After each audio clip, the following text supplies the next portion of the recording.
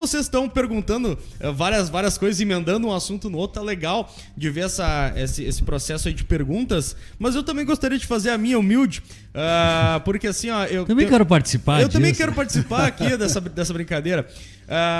O Grêmio, ele trouxe alguns jogadores que não surgiram exatamente da base do Grêmio, né? Exemplos... dos mais notáveis, assim, né? Luan, Everton Cebolinha, o próprio Matheus Henrique, né? Como que funciona esse processo de ir buscar o talento em outros times, trazer ou pra base ou pro transição e fazer esse jogador ficar lapidado da maneira do Grêmio jogar, lapidar a lá Grêmio, digamos assim? Como é que funciona esse processo, Kevin? Não, esse processo é um processo que a base do Grêmio trabalha, né, em relação aos olheiros. Então tu tem uma rede de pessoas que fazem essa captação pro Grêmio, né? Então isso é muito importante. O Grêmio hoje tem o Brasil inteiro sendo trabalhado por estas pessoas, e também a gente teve uma reunião essa semana ainda com o presidente Romildo, categoria de base, o vice-presidente Paulo Luz, a transição. O Grêmio também está avançando no mercado sul-americano. Então é um trabalho interessante que a categoria de base vem fazendo. Nós Informação, então, né? Nós já temos alguns colombianos, nós já temos alguns paraguaios, uruguaios. Então, é um mercado interessante, né? Um mercado que tem o DNA gremista também, né? Não é gremista, mas é da nossa forma aguerrida, né?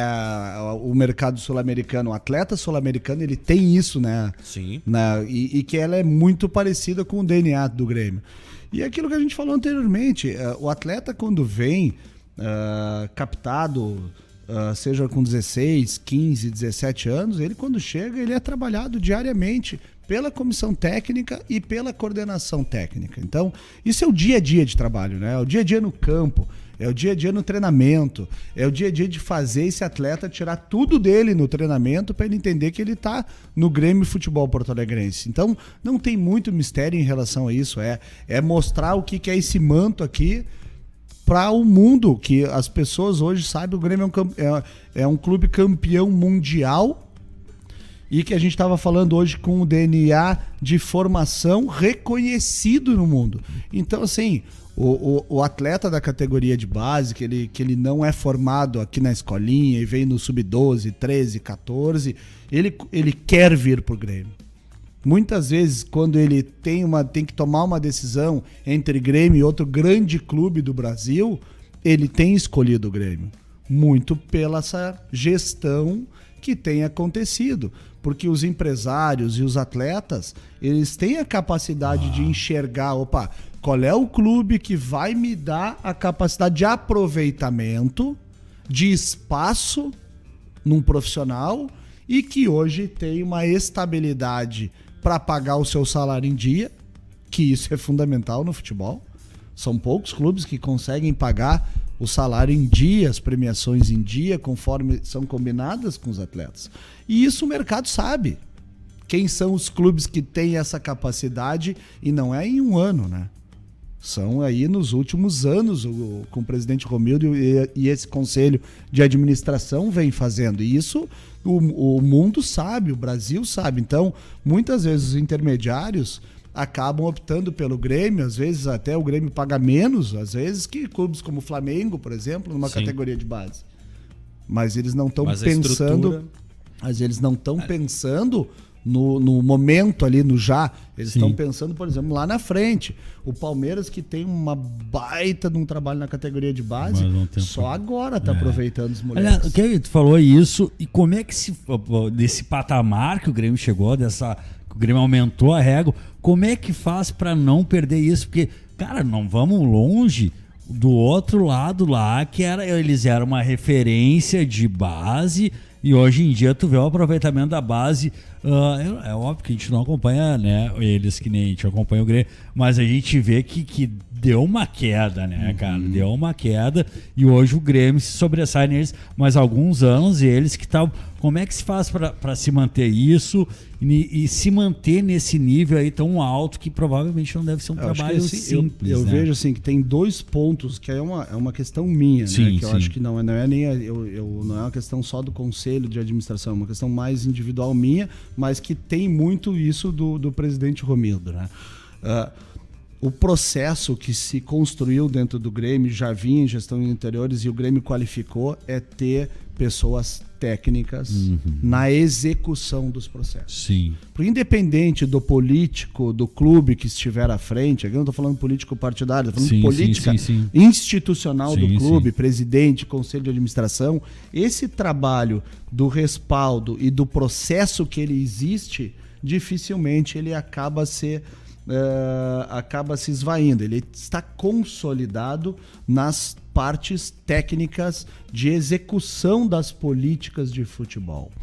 E também a construção política interna do clube, que ela é fundamental nesse processo para dar tranquilidade essa para pacificação que os técnicos... que aconteceu no Grêmio. Então, né? esses 2 pontos, a construção do processo de tirar da parte política muitas decisões e o dia a dia e deixar na parte de técnicos a execução da categoria de base, do processo profissional e também da gestão do clube. Este é um ponto. E o segundo ponto, toda a construção política de ambiente que o presidente Romildo construiu e que os outros gremistas que venham substituí-lo possam também ter esta capacidade. Então, lá na sucessão do presidente Romildo em 2022 para 2023, nós, dirigentes institucionais do clube, temos que ter a capacidade de dar continuidade a este processo. Não é simples, não é.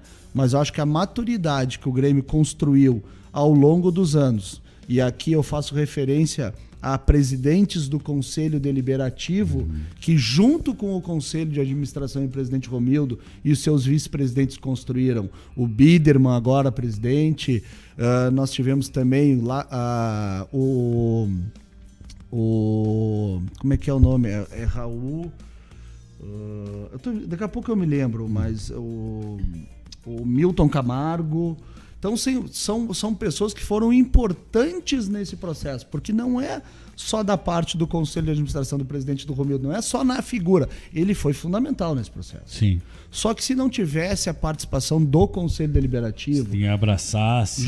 E trabalharem juntos nesse processo, e os movimentos políticos do clube também entenderem que era a hora da unidade, era a hora da construção, independente das críticas construtivas, que é importante. A oposição tem que ter, né? O que não pode haver a guerra interna. A oposição é extremamente crítica construtiva, extremamente importante, né?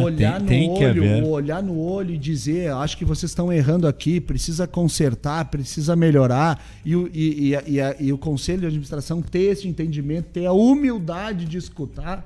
E isso o presidente Romildo é craque, né? Ele é gênio, ele é um exemplo de como se faz união.